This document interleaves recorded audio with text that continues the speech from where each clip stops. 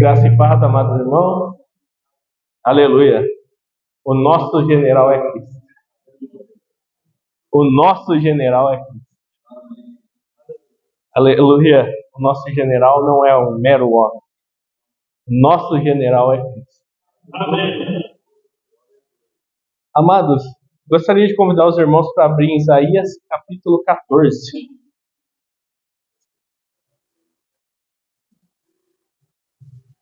Isaías capítulo 14.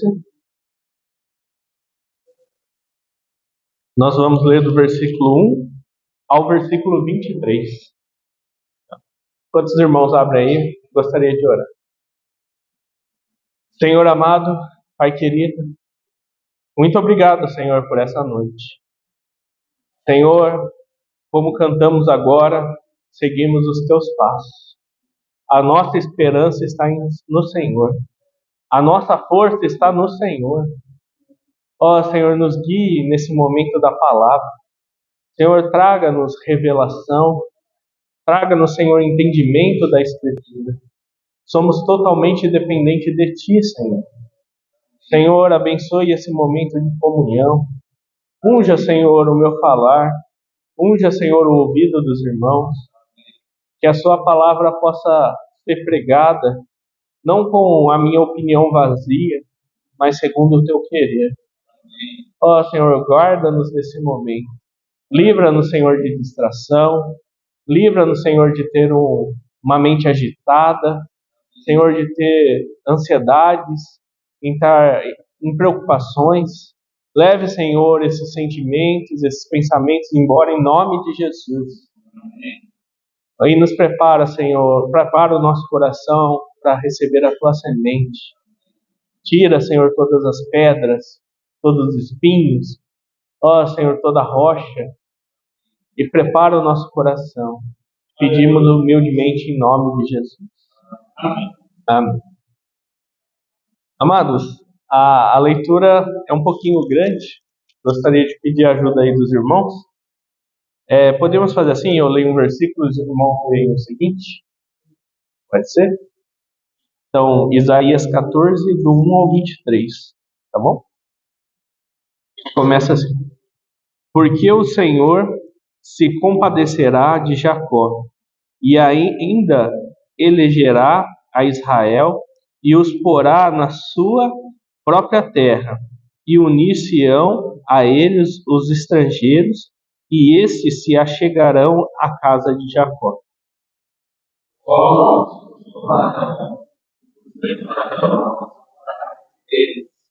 E a casa de Israel possuirá esses povos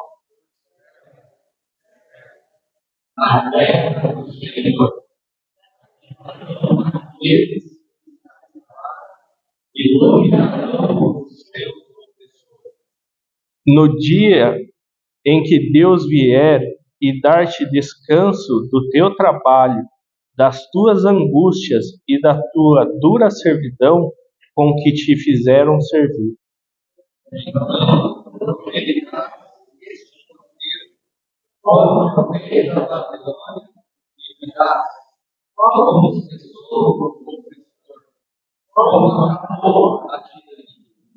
Quebrou o Senhor a vara dos perversos e o cetro dos dominadores.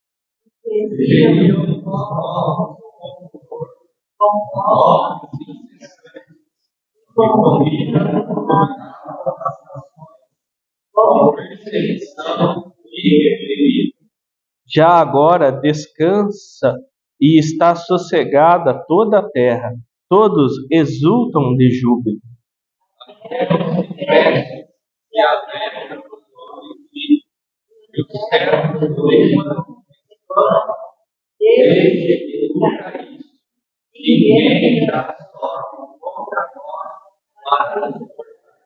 Ó, além, desde o profundo, se turba por ti, para te sair ao encontro na tua chegada. Ele, por tua causa, desperta as sombras e todos os príncipes da terra e faz levantar dos seus tronos a todos os reis das nações.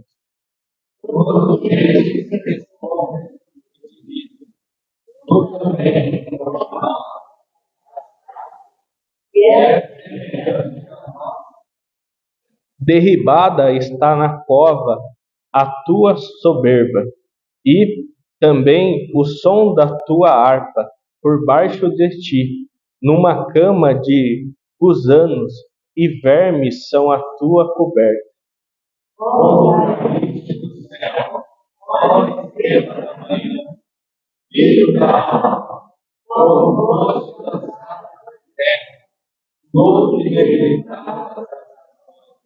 Tu dizias no teu coração: eu subirei ao céu, acima das estrelas de Deus exaltarei o meu trono, e no meu monte da congregação me assentarei, nas extremidades do norte.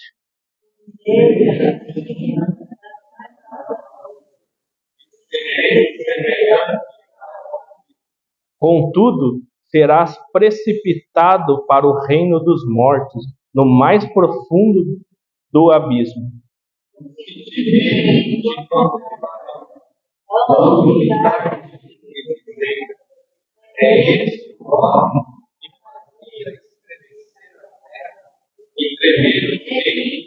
Que punha o mundo como um deserto e assolava as suas cidades? Que a seus cativos não deixava ir para casa?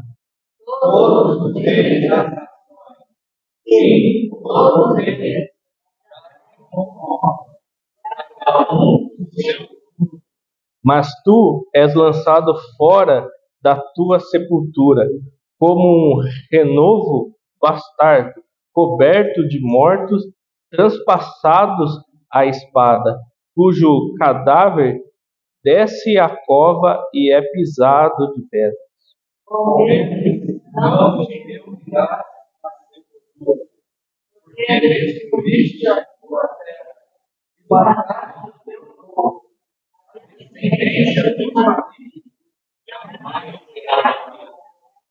Preparei a matança para os filhos por causa da maldade de seus pais, para que não se levante e possuam a terra e encham o mundo de cidades.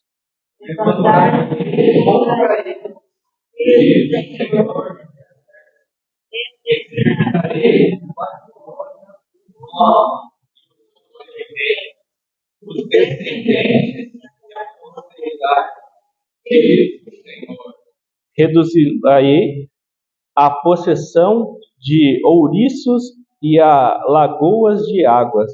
Varrei com a vassoura da destruição, diz o Senhor dos Exércitos.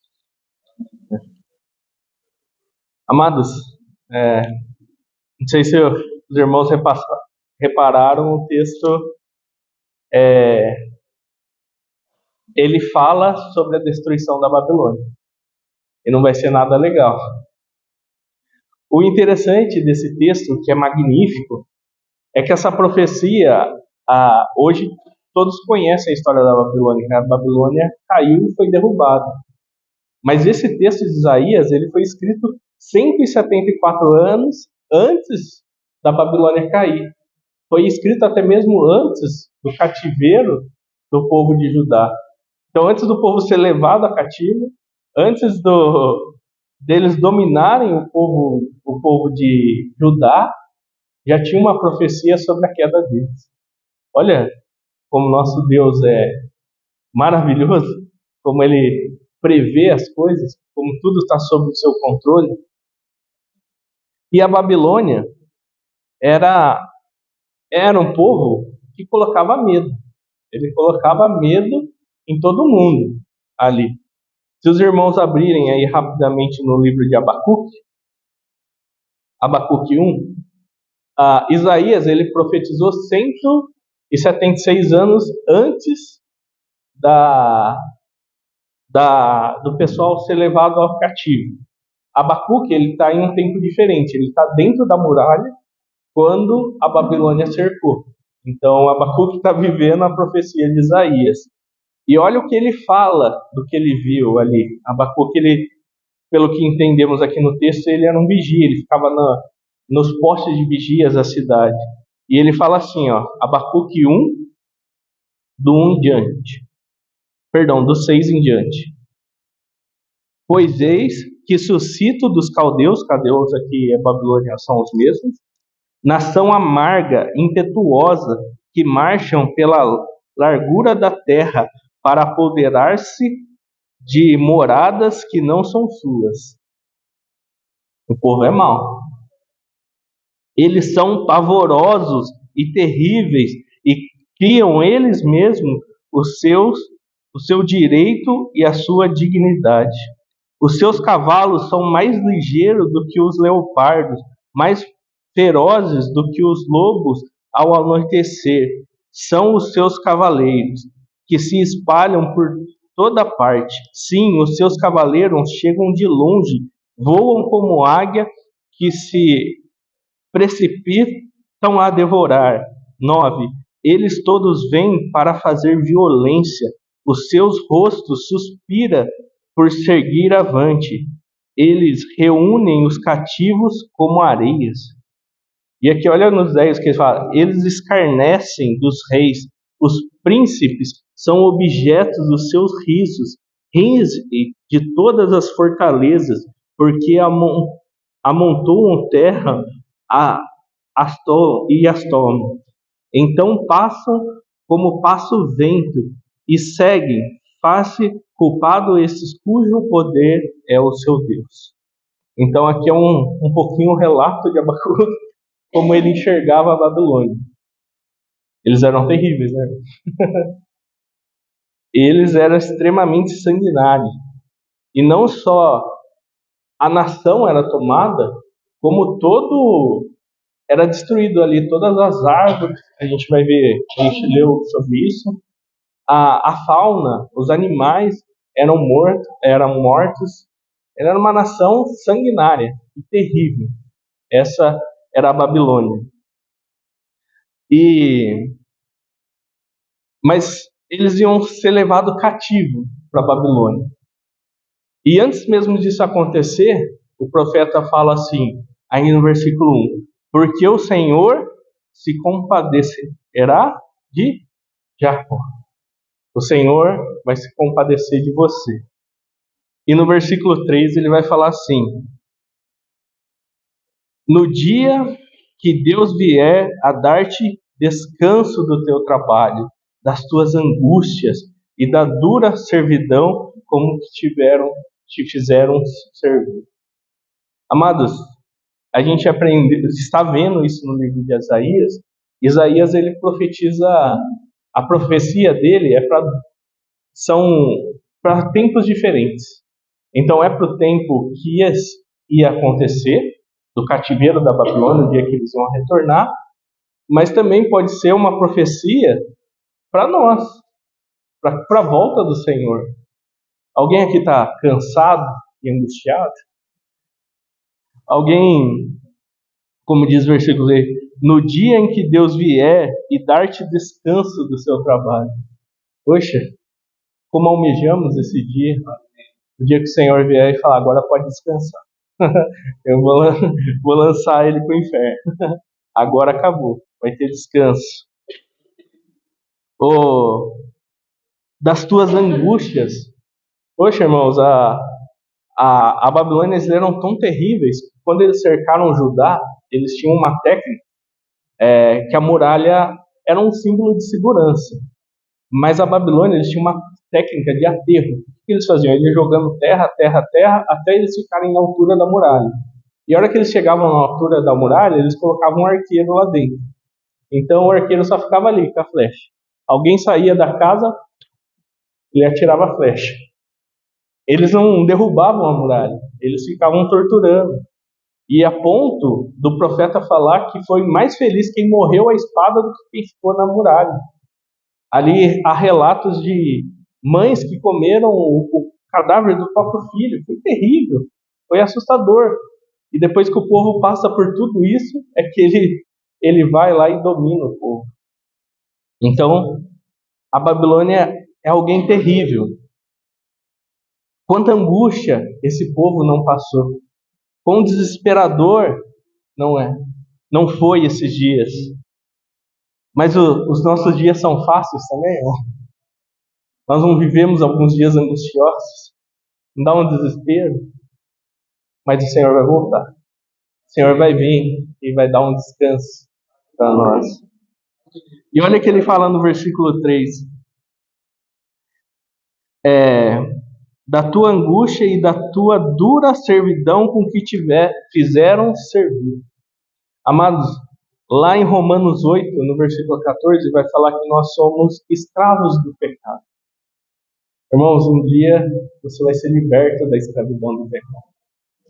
Esse texto serve tanto para ajudar quanto para nós.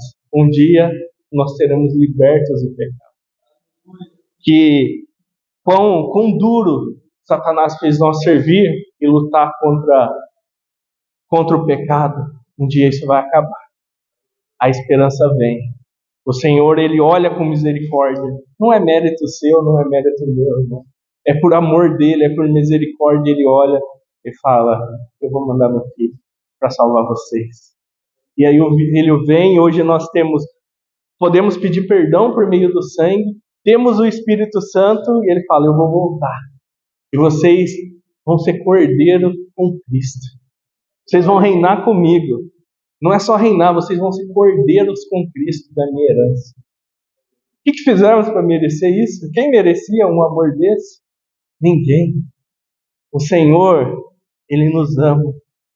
E Ele, por sua misericórdia, lembra de nós.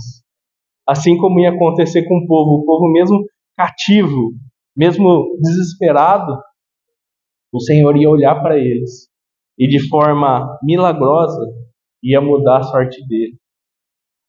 O que nós podemos entender nesse versículo? Primeiro, a graça do Senhor, ela te atinge sem mérito nenhum. Irmão, não precisa subir escada de joelho, não precisa fazer... não é mérito seu. Não precisa para ganhar nada do Senhor. O Senhor te ama. E Ele pode perdoar seus pecados. É só você reconhecer, eu preciso de Jesus.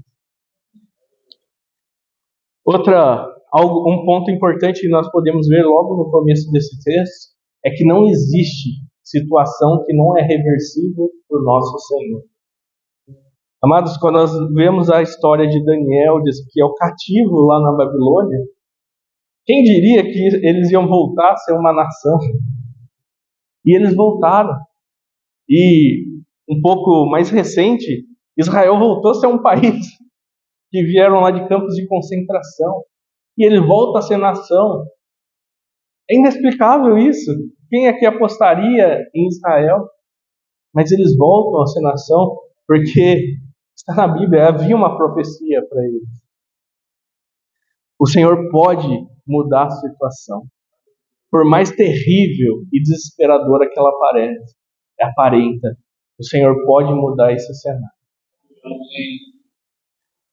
O oprimido, ele se torna livre quando ele encontra o Senhor. Quando o Senhor intercede a favor dele, aqueles que são oprimidos, eles se tornam livres. Vocês são livres hoje, amados irmãos?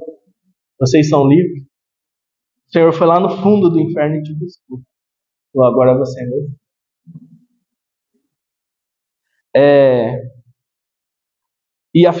E outro ponto é a fidelidade de Deus e as suas promessas. Então, como eu falei, o Senhor fez promessa de reinarmos com Ele, ser cordeiro com Cristo. Isso vai acontecer. Ele já prometeu e vai acontecer. Não se desespere. O descanso da angústia, do árduo trabalho vai chegar. Indo um pouco mais adiante, do versículo 4 ao versículo 11, ele vai falar um pouquinho da queda do rei da Babilônia. E ele vai falar que ele vai cair e vai... Ali tem uma palavra um pouco diferente no versículo... que é o gusanos. Gusanos são vermes. Então, que ele vai cair, vai ser comido de vermes. Ele vai ser ali coberto de vermes, como uma pessoa normal. Como todos os homens que morrem são comidos de vermes. Então, ele fala que o rei da Babilônia ele vai ser comido de vermes, ele vai ser devorado. E aí o texto ele apresenta, chama um cântico de zombeteiro, que é um cântico de deboche contra o tirano. O tirano ali é o rei da Babilônia, a nação da Babilônia. Então, quando eles caírem, aqueles que eles oprimiam vão debochar dele. Então, é de uma forma poética, o texto traz isso, e ele fala algumas coisas da profecia, desse deboche.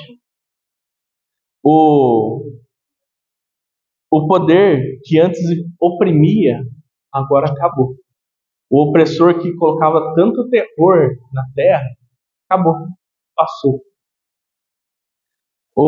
Até ele faz uma referência aí ao mundo dos mortos, de forma poética, que recebe um rei tirano. Alguém que colocava um favor na terra, mas era um mero morto, um mero homem. Ele faz até uma comparação, que os outros reis estão lá e vê ele chegando e fala, mas você era homem igual a gente? Tá aqui? Veio parar aqui no lugar dos mortos? Você morreu também? O que podemos entender desse texto? Que todo poder humano é passageiro. Amados irmãos, todo poder humano é passageiro. Só profecias de um rei que ia ser eterno. E ele ia ser na linhagem de Davi. Quem é? Jesus. E quando João vê, ele vê que tem alguém à direita do Pai, à direita. Está reinando nas alturas. É o Cordeiro. O reino dele é eterno. Todos os outros reis, por mais poderosa que seja essa pessoa, são passageiros. O único rei eterno é o nosso. Aqui tem algo interessante, se você olhar aí no versículo 8, ele vai falar assim, até os ciprestes se alegram sobre ti, e os cedros do Líbano exclamam, desde que tu caíste, ninguém já sobe contra nós para nos cortar. É como se a árvore estivesse falando assim, desde que você foi embora desse mundo, ninguém mais sobe aqui com uma serra para nos cortar. E se você voltar lá para o livro de Abacuque, em Abacuque 3, Abacuque 2, no versículo 17, olha o que Abacuque relata.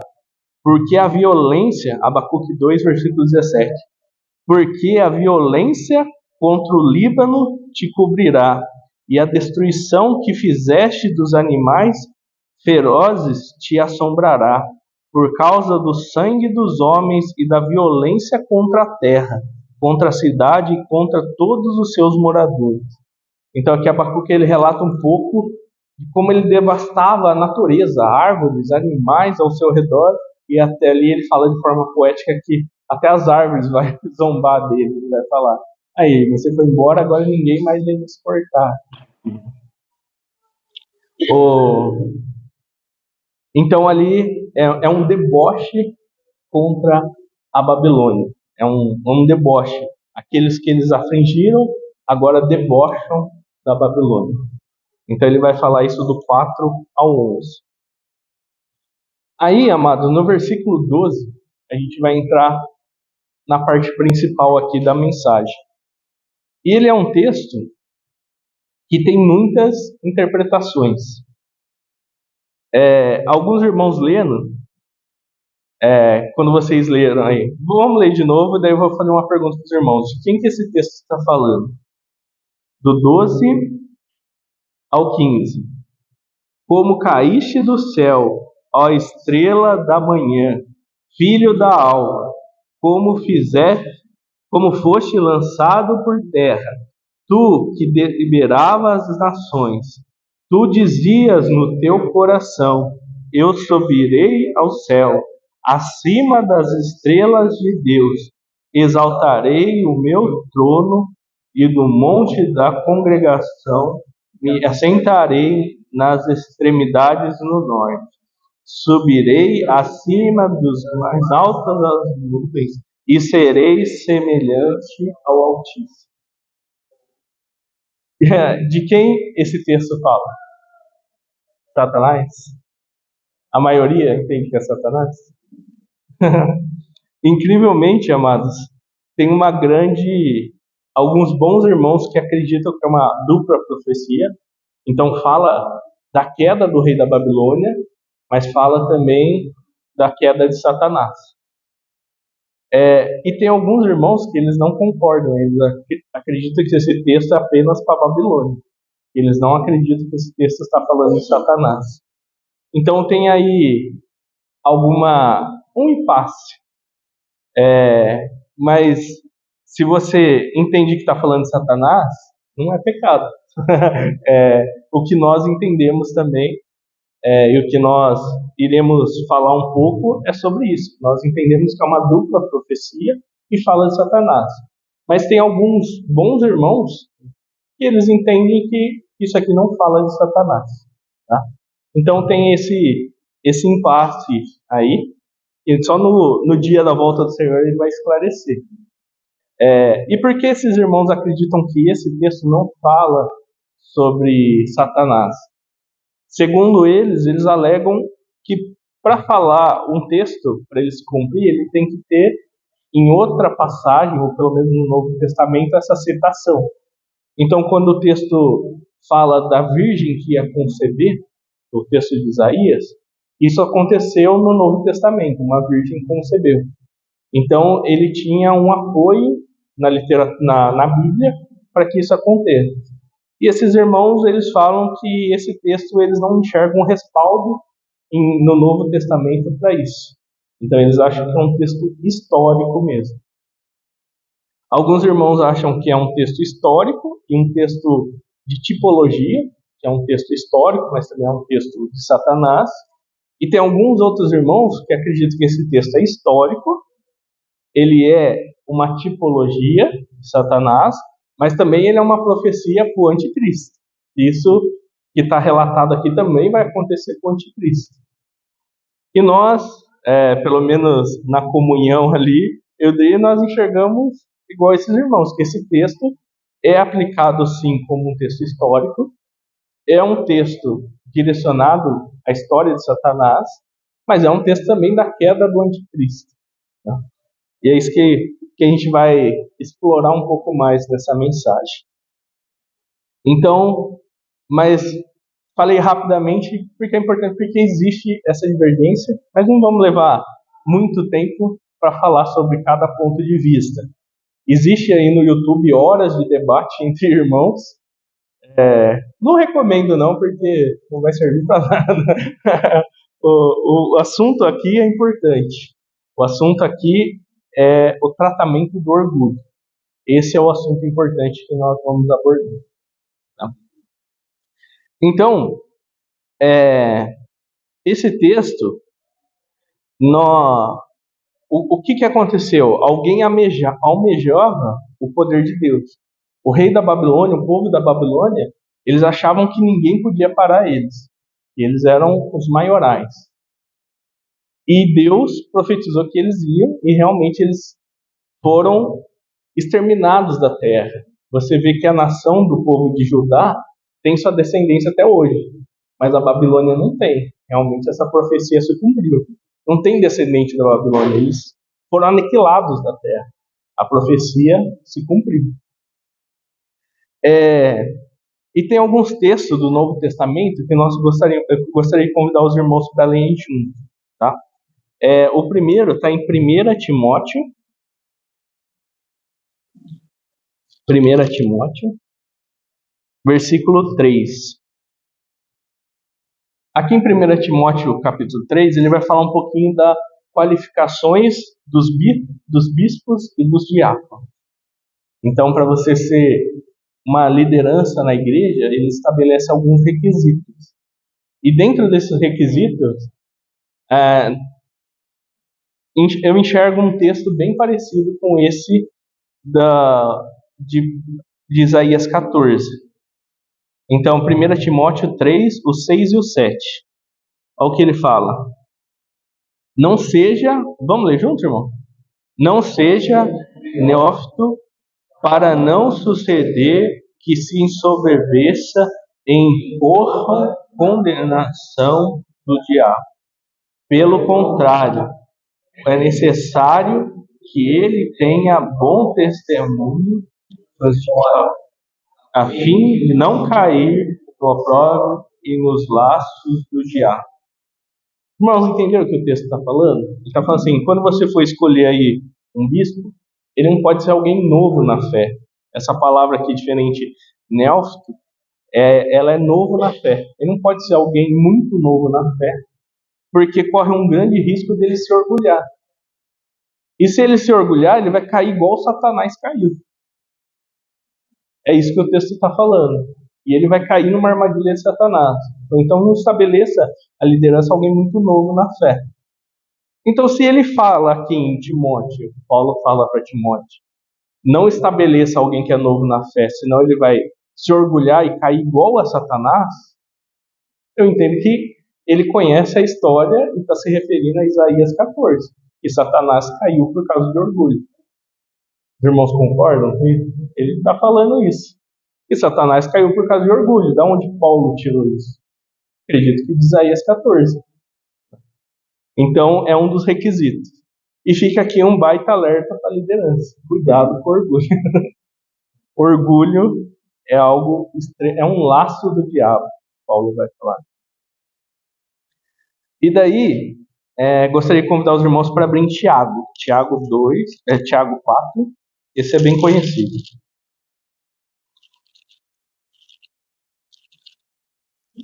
A Denise deve saber depois. Tiago 4:6. Vamos ler juntos? Antes, ele, a maior graça, pelo que diz: Deus resiste ao soberbo, mas dá graça aos humildes. Então, Deus tem uma resistência aos orgulhosos, mas aos humildes, ele dá graça. Esse texto ele é baseado, é uma citação lá de Provérbios 3:34. Tá? E aí, o que a Bíblia fala sobre o orgulho, sobre a soberba? Tem um Provérbios bom para tratar esse assunto, é Provérbios 16:18. Abre aí comigo, irmão.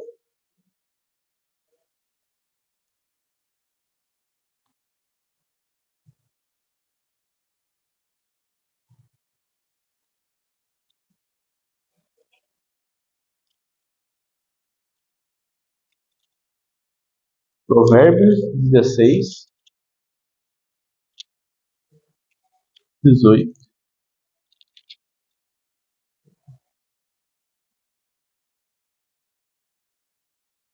Vamos ler junto? A soberba precede a ruína, e a altivez do espírito a queda. Mais uma vez, irmão. A soberba precede a ruína, e a altivez do espírito a queda. Então, o que a Bíblia fala sobre orgulho? Isso é o precedente da queda. Orgulhou, cai. Foi altivo aí de espírito, é queda. É isso que a Bíblia fala. Então, é um assunto extremamente importante para a nossa vida cristã. O orgulho, ele está no nosso ser. A todo momento o homem se orgulha. Ele se orgulha por tudo. Ele se orgulha por boa condição financeira, se orgulha por boa aparência, se orgulha por um bom emprego, se orgulha pela família. Tudo é motivo para orgulho. Eu vou me expor aqui, irmão, um pouquinho, mas é que o Senhor mandou. Ultimamente o grupo dos jovens anda vindo poucas pessoas da limpeza. Poucas mesmo. E daí eu estava aqui sozinho essa semana limpando, né? E estava considerando esse texto e orando. Aí o Senhor veio e falou comigo, até vir sozinho na limpeza é motivo de orgulho, né? Eu não, imagina, E o Senhor me repreendeu, falou, você é orgulhoso. Até por vir sozinho você está se orgulhando. E aí isso leva à queda. Poxa, irmãos, até você vir para a reunião, tem poucos irmãos, é um motivo para vigiarmos e não cair. Eu sou melhor que os irmãos. Aí cai. O orgulhoso, cai. Poxa, irmãos, olha como o coração do homem ele é podre, olha como ele é corrupto. Ele quer se orgulhar de tudo. Eu estou falando algo absurdo que acontece só comigo, irmãos? Irmãos já passaram por isso? E até no sofrer, ele se orgulha. Tem algumas pessoas que eu já ouvi o testemunho e teve experiências terríveis no mundo. Experiências nada boas. Mas não conta isso como arrependimento, conta isso meio que orgulhoso. Falar, eu fui lá, tinha várias mulheres. E até isso, até o pecado, a vida, depravação do pecador que foi perdoado, conta com orgulho. Olha, irmão, não é? Ou alguns que tinham problema de vista, eu bebia mesmo, bebi não sei quantas caixas, e conta com orgulho, não sei. Isso é motivo para se orgulhar, irmãos? Como o nosso coração é corrupto, como temos que estar atento a isso, como Satanás se orgulhou, mas o homem, ele tenta a todo momento se orgulhar. Ele tem um coração, ele quer se orgulhar por tudo. Ele tirou um 10 na prova, ele quer se orgulhar. E tem um bom exemplo lá na Bíblia, está lá em Daniel 4. Esse exemplo é de Nabucodonosor, o próprio rei da Babilônia. Deixa eu ver aqui.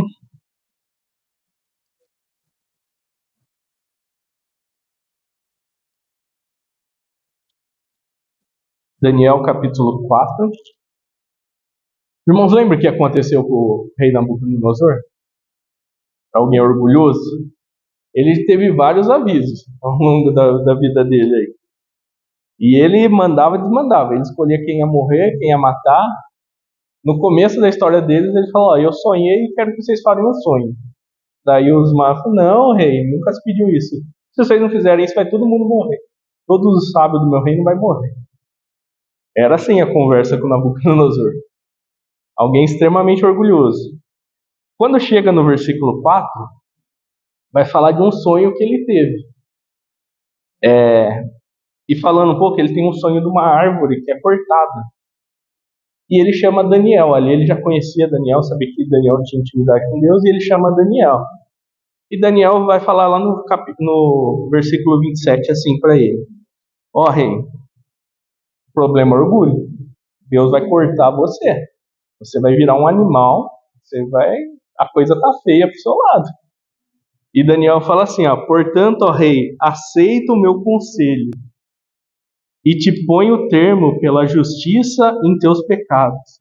Então Daniel está falando, rei, acho melhor você me ouvir, se arrepende aí. Se arrepende aí. E em tuas iniquidades, usados de misericórdia para com os pobres, e talvez se prolongue a tua tranquilidade. Então Daniel falou, a coisa está feia, não tem como. Pede perdão pelos seus pecados, ajuda aí aos pobres, tampa suas iniquidades aí, e talvez Deus te dê um pouco mais de tranquilidade, senão isso vai acontecer. Foi esse o aviso de Daniel. Mas o rei Nabucodonosor, olha aí o versículo 29, ao cabo de 12 meses. Então Daniel deu um alerta para ele 12 meses, um ano atrás. Falou para ele, dá um jeito na sua vida, meu irmão, que o negócio vai ficar feio pro seu lado. E como está o Nabucodonosor? Ao cabo de 12 meses? Passeando sobre o palácio real da cidade da Babilônia. Estava passeando tranquilamente. Poxa, irmão, aqui tem uma aplicação interessante. Muitas vezes o Senhor tem falado com nós, para com isso, larga isso, deixa tal amizade, muda de postura, entra no seu quarto e ora.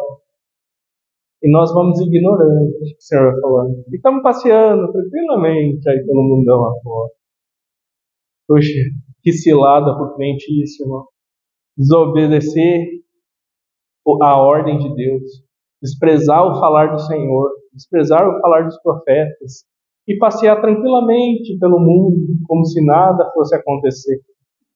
Aí uma hora acontece. Aí uma hora chega, aí a vida é ceifada e acabou. Aconteceu o que a profecia falava. Deixa tal amizade. Não. E segue tranquilamente lá na escola. Aí vai pro fundo do poço. Aí é um desespero para sair. E o rei, ele passeava. E aí ele começou a se orgulhar, a falar, poxa, não é essa a grande Babilônia que eu criei?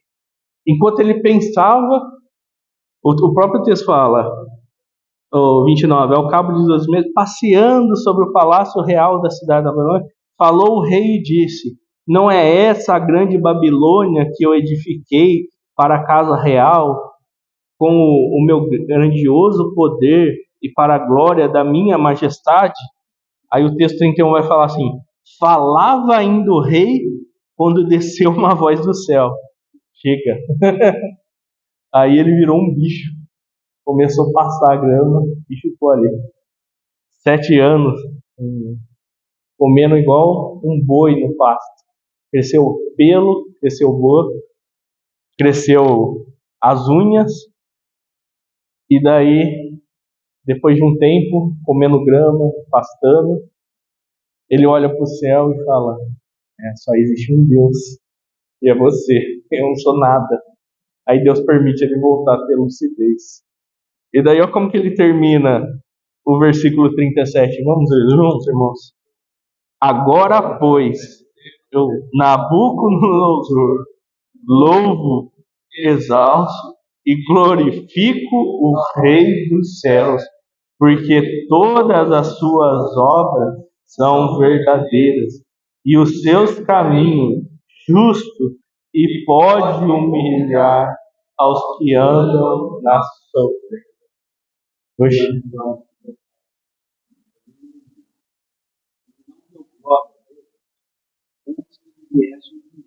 É verdade.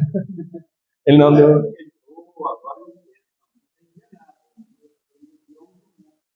Virou um jumento. De lucidez, né? É verdade, vocês falam. Existe um Deus. E eu aqui comendo grama. E daí ele reconhece. E se vocês veem o começo do capítulo 4, ele começa narrando com grande temor ao Senhor. Ele conta essa história com grande temor. Ou seja, ele foi humilhado. Amados, um grande alerta. Ouve a voz do Senhor. Ouve a voz do Senhor. Dê glória ao Senhor. Deixa o seu orgulho de lado. Não é mérito seu, é mérito do nosso Senhor. Há péssimos exemplos na Bíblia de orgulho. Um exemplo, Pedro. Pedro falou, Senhor, todos eles podem negar, menos eu. O orgulho precede o quê? A quebra. Como que Pedro é conhecido? Aquele que negou 3 vezes. E ele foi o único que falou, todos podem negar, menos eu. Eu falei, antes do galo cantar, você vai me negar 3 vezes. Cumpriu exatamente o que o Provérbios falava.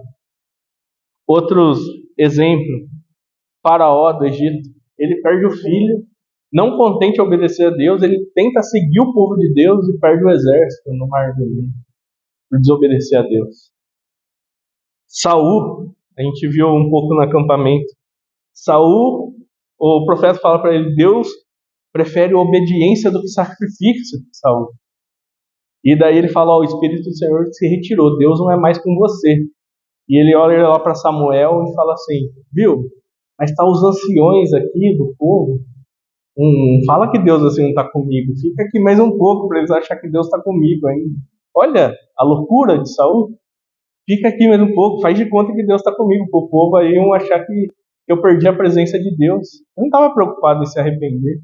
Estava preocupado com a imagem dele, o orgulho dele. E qual foi o fim dele? Terrível.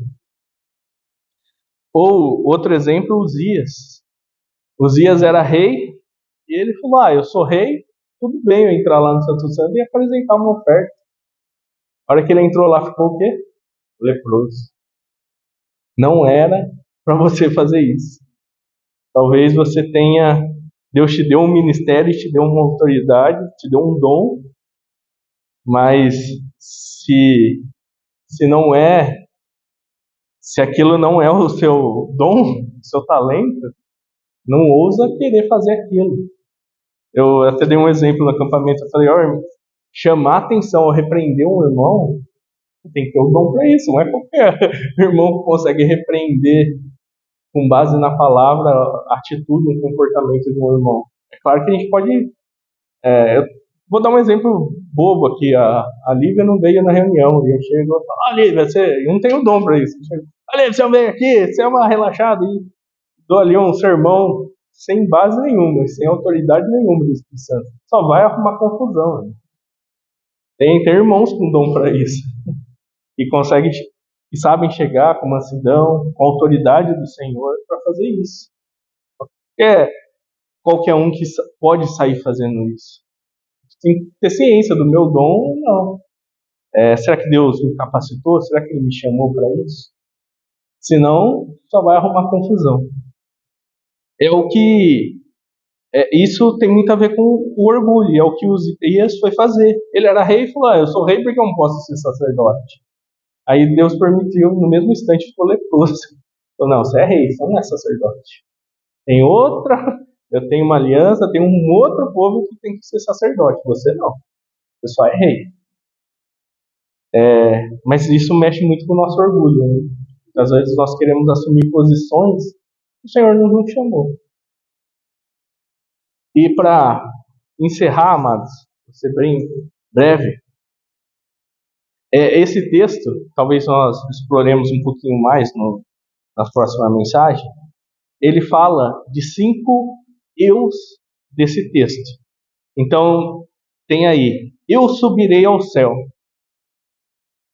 eu exaltarei o meu trono, eu me assentarei no monte da congregação, eu subirei acima dos mais altas nuvens, serei semelhante ao Altíssimo.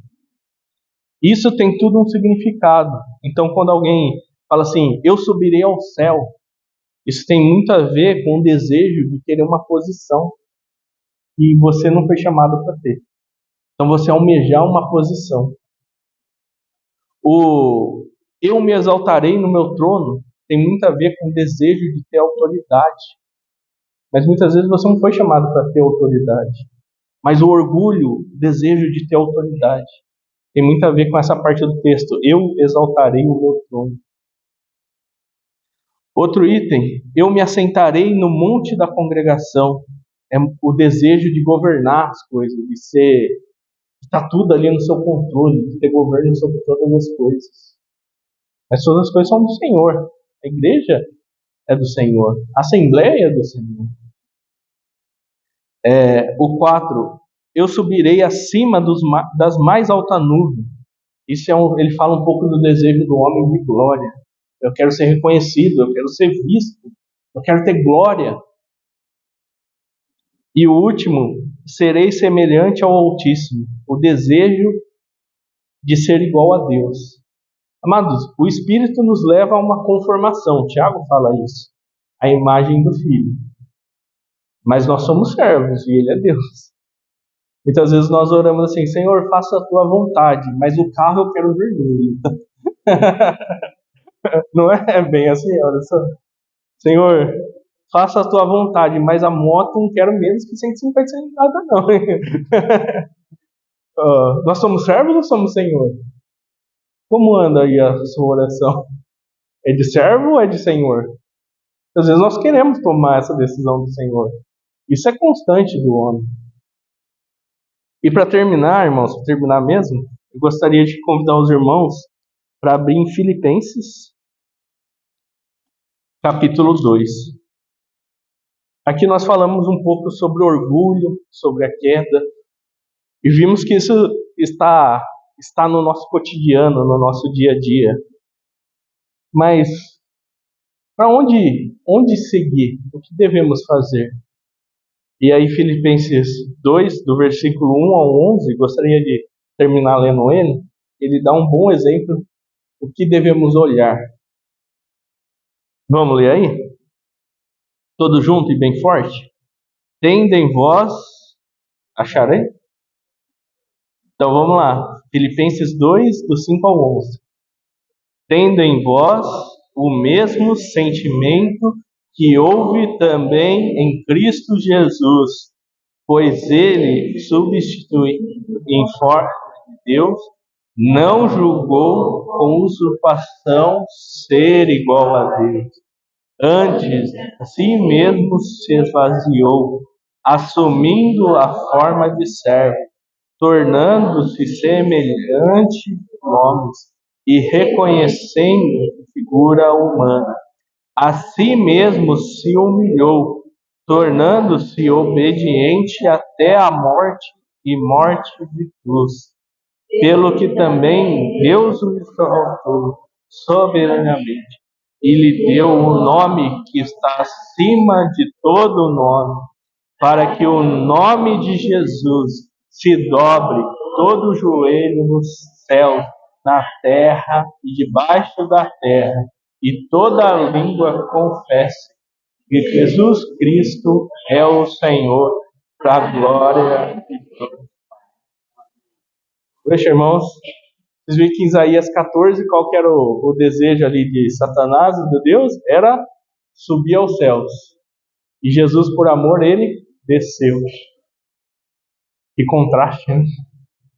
Ele queria a autoexaltação. E Jesus obedeceu.